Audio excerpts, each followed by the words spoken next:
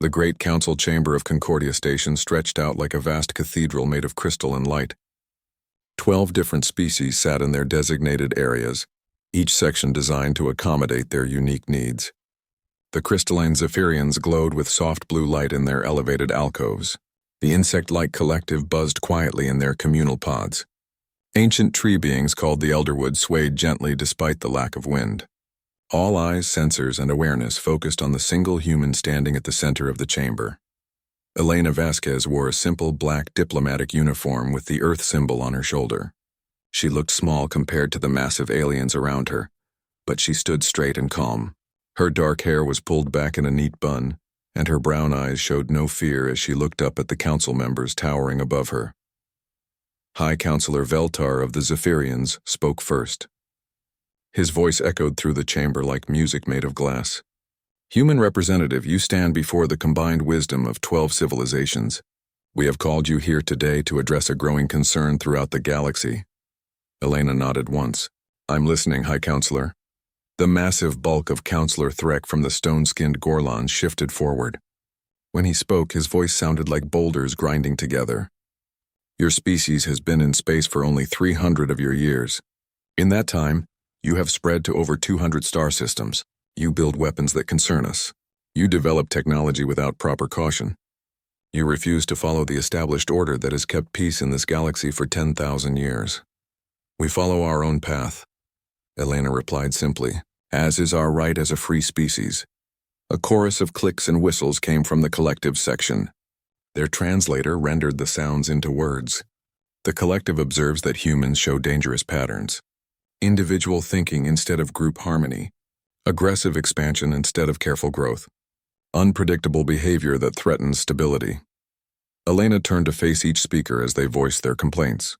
The fish-like Aquarians spoke of human mining operations disrupting space currents. The energy beings called the Flux accused humans of reckless quantum experiments.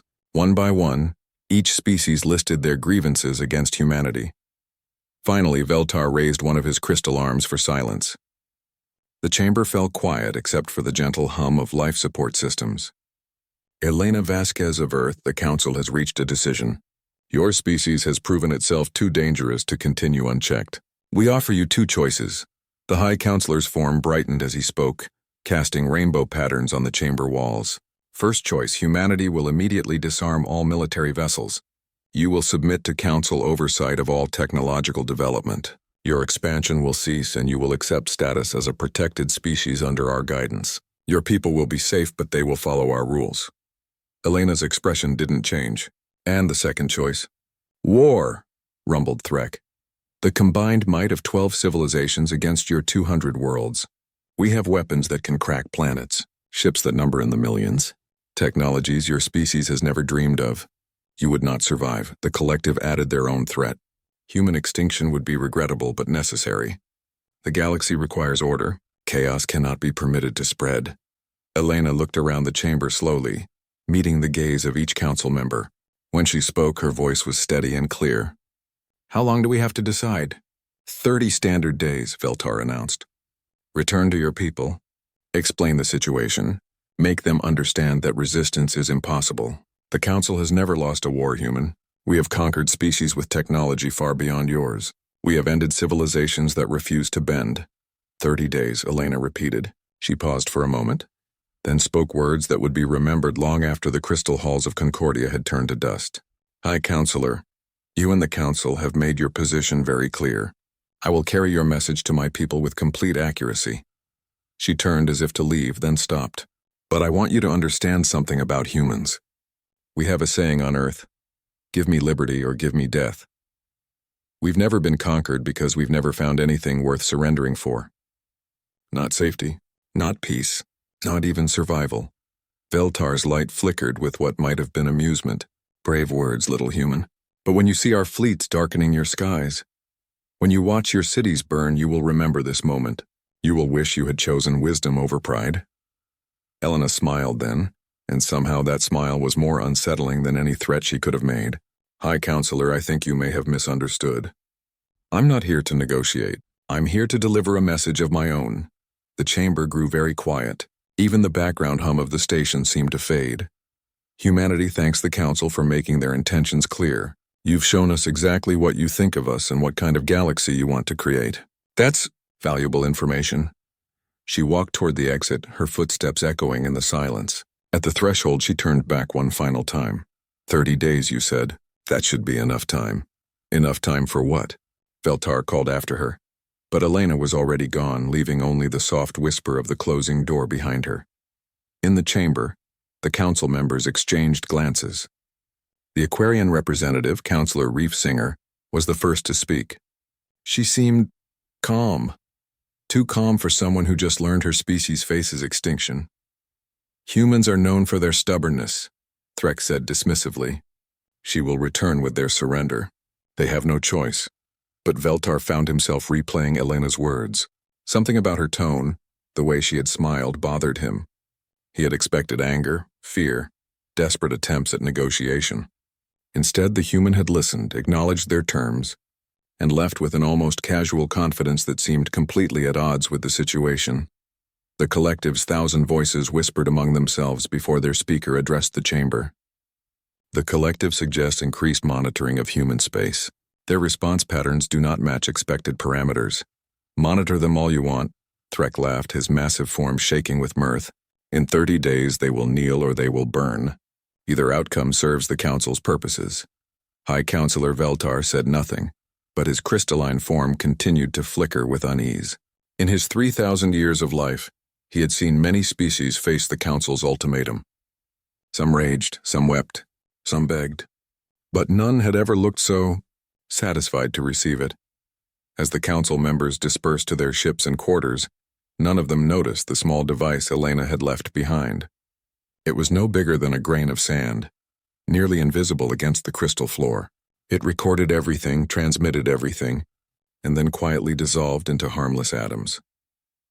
30 light-years away, on a small human research station, scientists received Elena's full recording of the meeting. Within hours, copies were spreading throughout human space faster than any Council ship could travel. Every human colony, every research station, every military outpost received the same message along with the recording. Execute Protocol 7. Time to go home. The countdown had begun, but not to humanity's surrender. The Council had given them 30 days, and humans had learned long ago to make the most of the time they were given, even if they didn't plan to use it the way their enemies expected. The first sign came from the mining stations in the Kepler system. Council monitoring posts detected massive energy signatures as human cargo ships began loading operations at 3 times normal speed. The Gorlons, who had been expecting to take over these valuable asteroid fields, watched in confusion as human miners worked around the clock to strip every useful material they could carry. Commander Sektal of the Gorlon Third Fleet received the reports with growing irritation. What are they doing? The deadline is still 27 days away. His tactical officer, a younger Gorlon named Breckmore, studied the sensor readings. Sir, it appears they're taking everything. Raw metals, processed goods, even the mining equipment itself. They're loading ships far beyond safe capacity limits. Fools, Sektal rumbled. They'll lose half their cargo to gravity stress. Let them waste their resources on panic. But the reports kept coming. Human colonies throughout the Outer Rim began similar operations. Research stations powered down their experiments and started packing. Trading posts closed their doors to alien customers. Military bases went dark after launching all their ships into deep space. The pattern spread inward like a slow wave toward Earth itself. Each human settlement followed the same procedure. Pack everything valuable, destroy everything else, and disappear into the black void between stars. Council Surveillance Director Yindar of the Aquarians monitored the exodus from her command ship. Her fish-like features showed confusion as she watched human vessels moving in coordinated groups toward the galactic rim. This makes no strategic sense, she reported to High Counselor Veltar. If they're planning to fight, they should be consolidating their forces, not scattering them. Veltar's crystal form flickered with thought. Perhaps they're attempting to hide their most valuable assets before surrendering. Many species try to preserve something of their culture when facing inevitable defeat. But why move toward empty space? There's nothing out there except dark matter and cosmic radiation. No habitable worlds, no resources, no strategic value. The truth was even stranger than the Council realized. Humanity wasn't just evacuating their settlements, they were taking them apart piece by piece. Entire space stations were disassembled and loaded onto massive transport ships. Orbital factories were stripped down to their basic components. Even the terraforming equipment on partially developed worlds was carefully removed and packed away. Dr. Sarah Chen, head of xenobiology at the Mars Research Institute, watched the evacuation efforts from her laboratory window. Her team had just finished loading 30 years of research data onto quantum storage drives. "Hard to believe we're really doing this," she said to her assistant. "Protocol 7 has been in development for 50 years, replied Dr. Martinez, sealing the last container of biological samples. "Every human settlement has evacuation plans. We've always known this day might come. But leaving everything behind, the colonies took generations to build." Martinez smiled grimly. "Who says we're leaving them behind? We're taking everything that matters. The rest is just metal and rock." On Earth itself, the evacuation was massive but orderly. Entire populations moved to boarding stations where vast transport ships waited. Museums were emptied, libraries were digitized, cultural artifacts were carefully preserved. The planet's orbital infrastructure was methodically dismantled and loaded onto cargo vessels. The Council watched this exodus with growing bewilderment. Intelligence reports described humans singing as they worked, sharing jokes while loading the last remnants of their civilization. There was no panic, no desperation, no sign of a species facing extinction. Instead, there was something almost festive about their departure. "They act like they're going on vacation," complained Threk during an emergency council session. "Where is their fear? Where is their despair?" The collective's representative buzzed with agitation. The collective detects no electromagnetic signatures of desperation or defeat. Human behavior patterns suggest confidence, even excitement. This does not compute with expected responses to ultimatum. High Counselor Veltar called up the latest surveillance reports. Human ships were gathering at the galactic rim in numbers that defied counting, thousands of vessels of every size and type, from massive colony ships to small research craft. But they weren't forming battle formations or defensive positions. Instead, they seemed to be organizing into exploration fleets. What are they exploring? Veltar wondered aloud. There's nothing beyond the rim except empty void. Perhaps that's exactly what they want, suggested Counselor Reefsinger. Some species prefer extinction to surrender.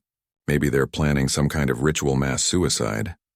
But the monitoring stations detected no signs of self-destruction. Instead, human ships began moving beyond the range of Council sensors, disappearing into the dark space between galaxies.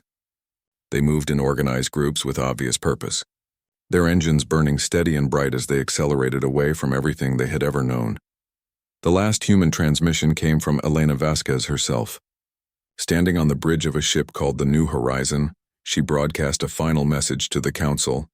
High Counselor Veltar, members of the Galactic Council, humanity has made its choice.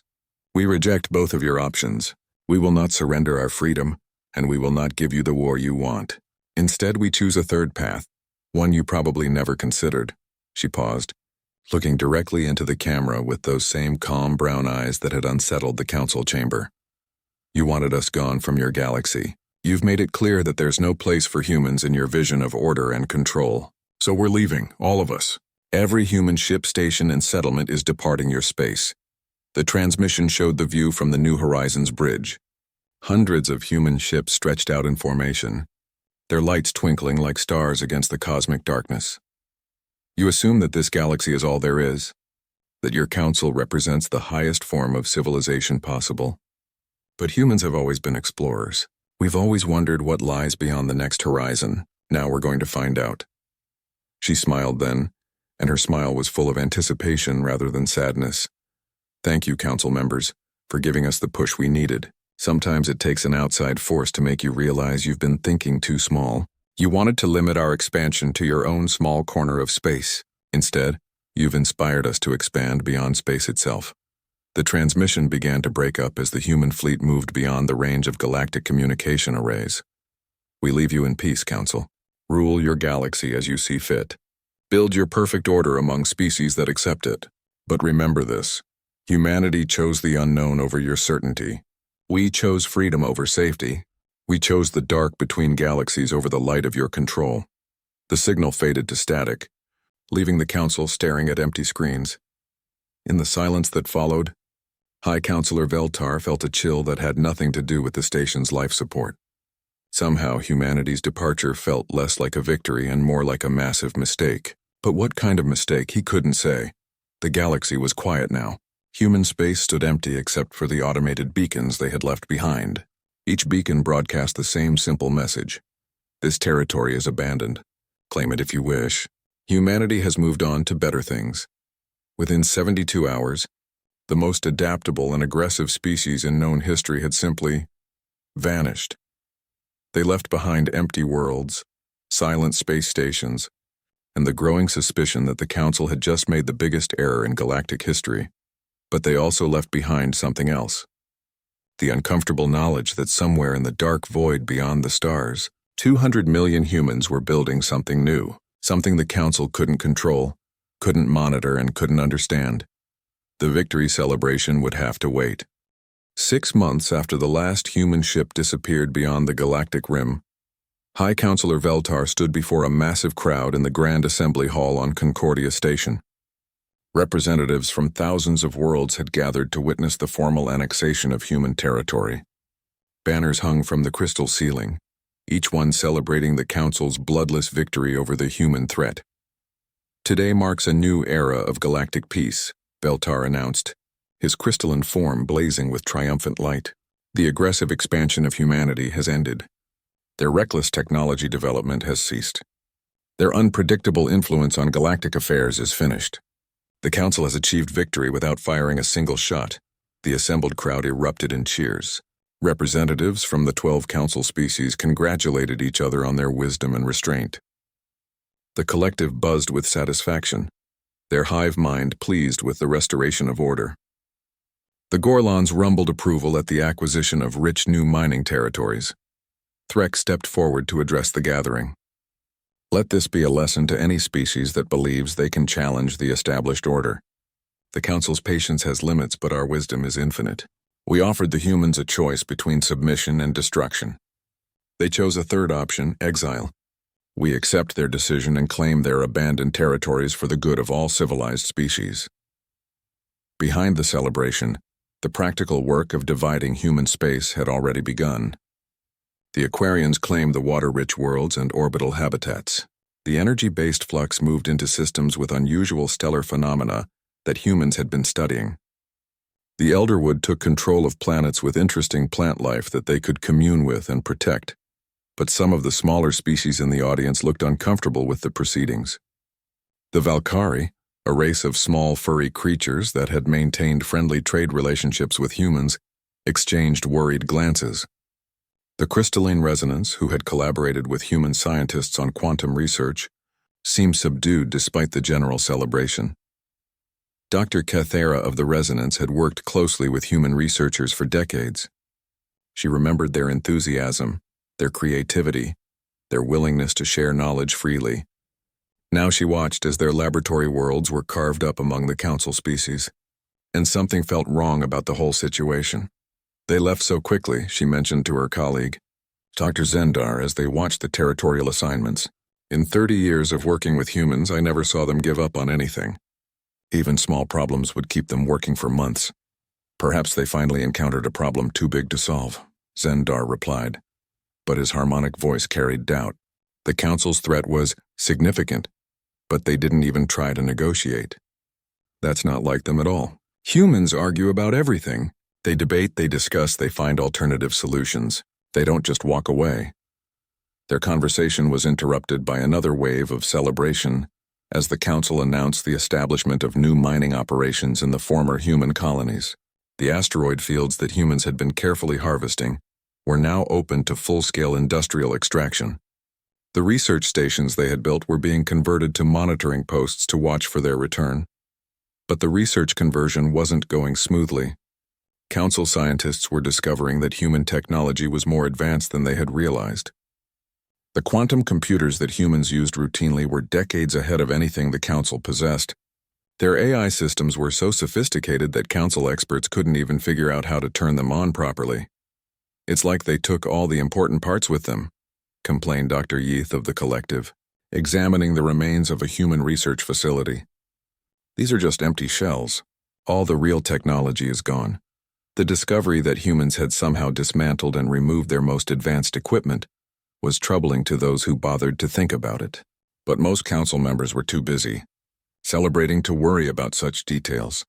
The real problem started 3 months into the occupation of human space. Trade routes that humans had maintained and protected suddenly became dangerous. Pirates and raiders who had avoided human territory for decades began moving into the abandoned systems. The council found themselves fighting small conflicts that humans had somehow prevented through their mere presence. The Kethtar raiders, a loosely organized group of species that lived by attacking merchant vessels, had been virtually extinct in human space. Now they returned in force. Taking advantage of the confusion during the territorial transition, Captain Velcris of the Aquarian merchant fleet lost 3 ships to raiders in the first month after the human departure. How did the humans keep them away? He asked the council's new security forces. They had fewer ships than us and their weapons weren't that much better. The answer, when it came, was disturbing. Humans hadn't fought the raiders, they had talked to them. More than that, they had offered the raiders legitimate jobs, trade opportunities, even citizenship in human space. The same species that the council viewed as irredeemable criminals, humans had somehow integrated into their society. Impossible, declared Threk when presented with this information. Pirates don't become citizens. Criminals don't become productive members of society. The humans must have been lying about their success. But the evidence was overwhelming. Records found in abandoned human facilities showed detailed rehabilitation programs, job training centers, even cultural exchange programs with former raiders. Humans had somehow convinced criminals to become colonists, traders, and even researchers. The Valkyrie ambassador Chikar had seen these programs in action. The humans didn't try to change them, she explained to a confused council security meeting. They just gave them better options. Why raid cargo ships when you can pilot them for better pay? Why steal resources when you can mine them legally and keep the profits? It was a radically different approach to security than anything the council had ever attempted. Instead of pure force, humans had used psychology, economics, and social integration. They had turned their enemies into allies not through conquest, but through opportunity.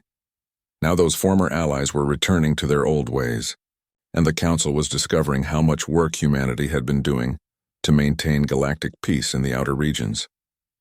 The Keltar Federation, a minor species that had been under informal human protection, found themselves facing invasion from the aggressive Mordak Empire. The humans had prevented this war for 40 years through careful diplomacy and the implied threat of intervention. Now, with humanity gone, the Mordak decided to settle old territorial disputes with force. The council must intervene, pleaded Ambassador Telrin of the Keltar. The Mordak have already conquered 3 of our colony worlds. They're using weapons that violate 17 different galactic treaties.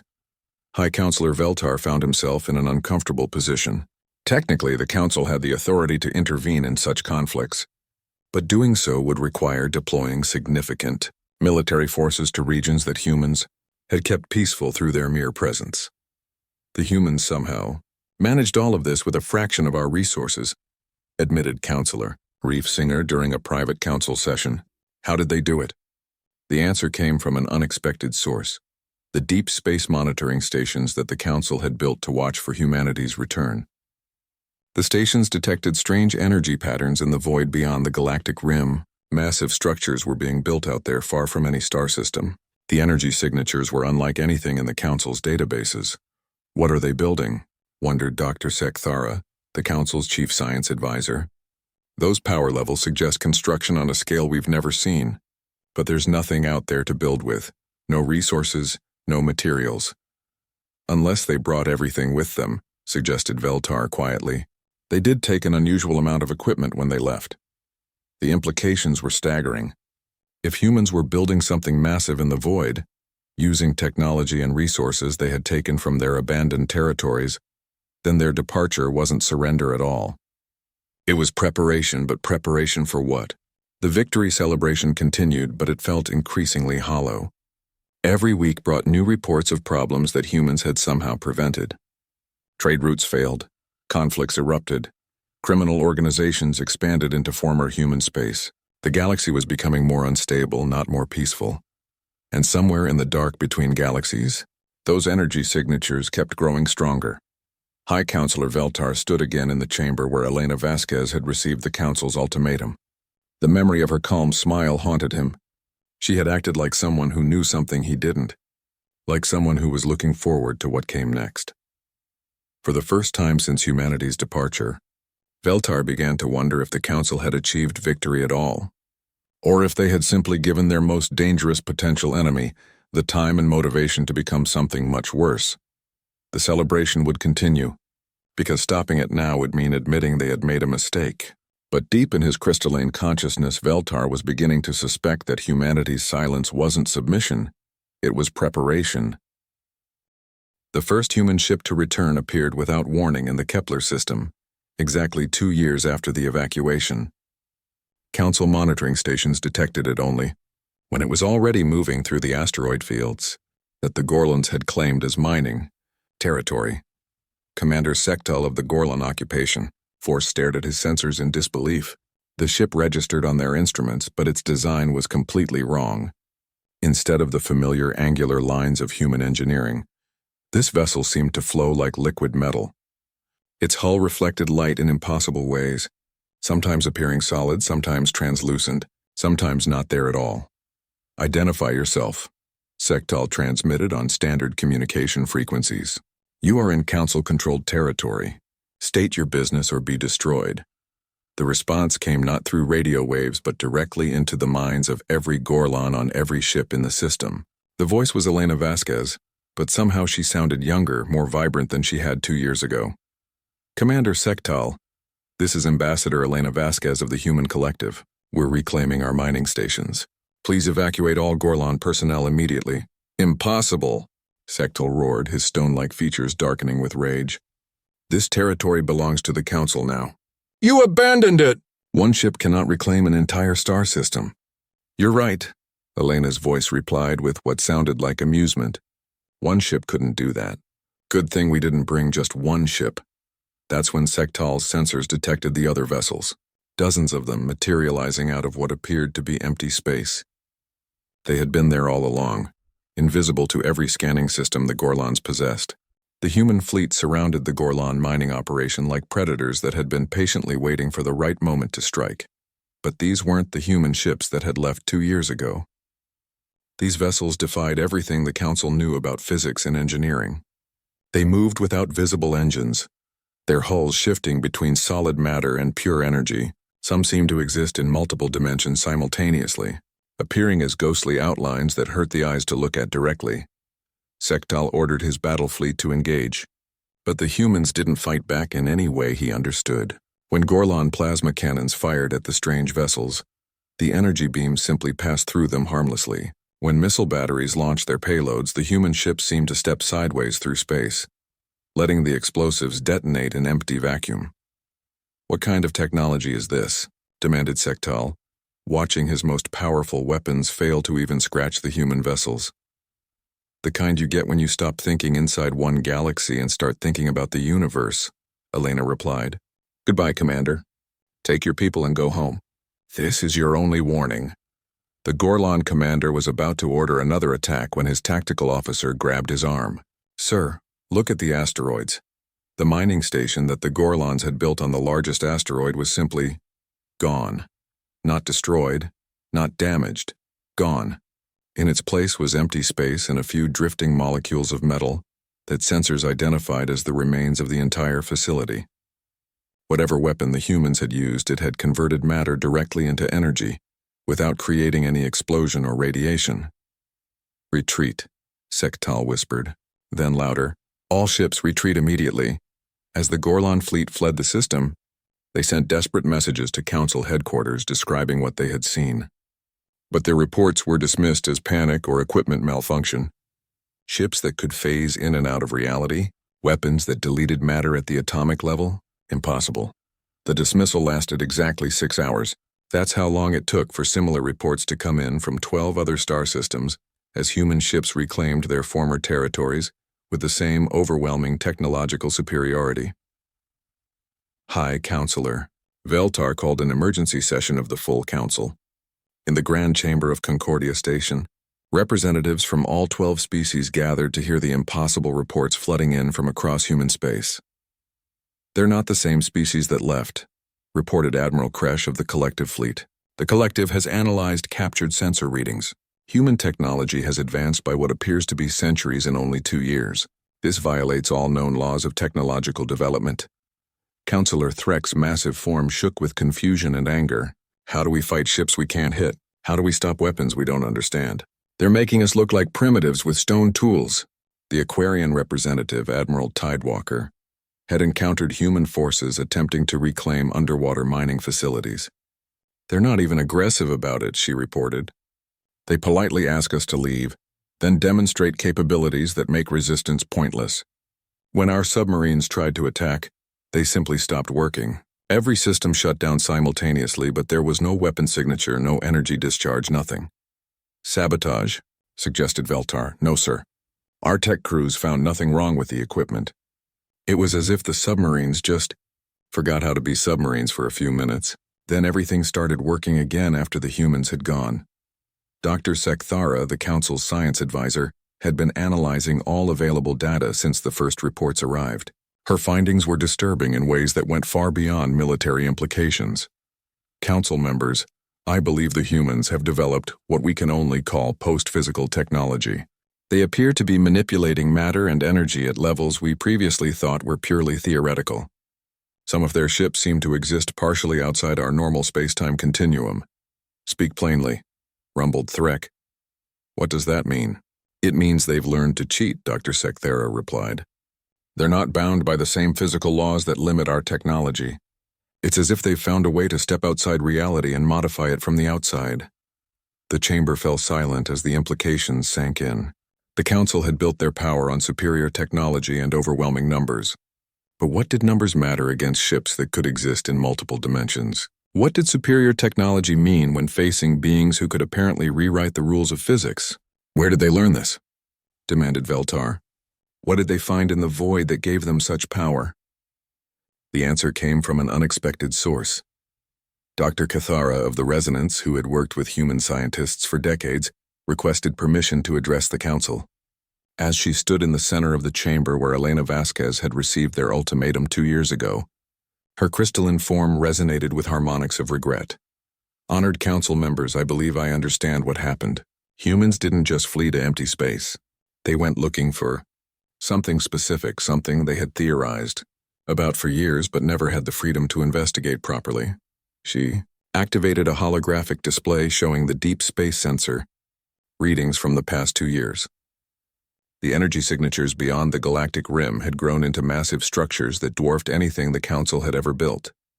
They found the ruins of the predecessors. The ancient civilization that existed before our galaxy developed intelligent life.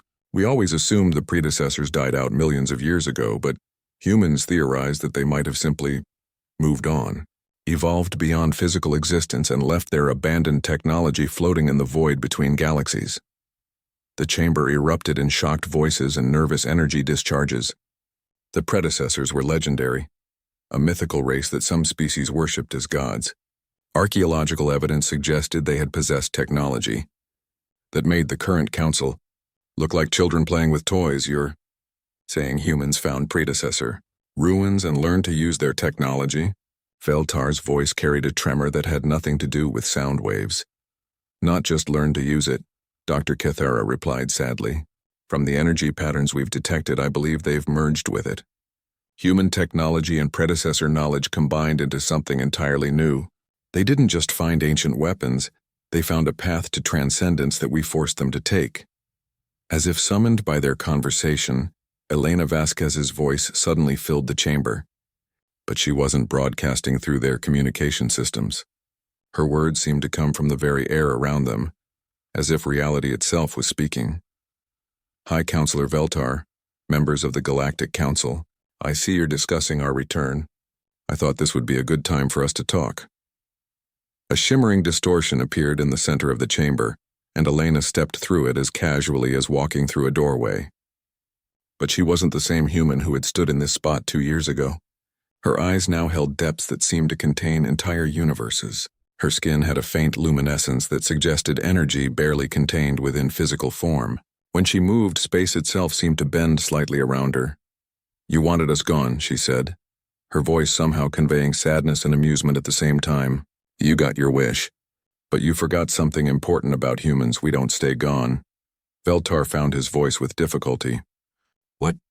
What have you become?"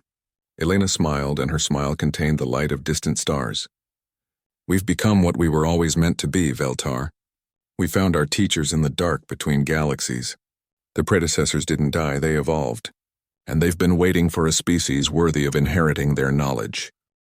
The war that followed lasted exactly 21 days, though calling it a war was probably too generous to the Council forces. It was more like watching children with wooden sticks try to fight a hurricane.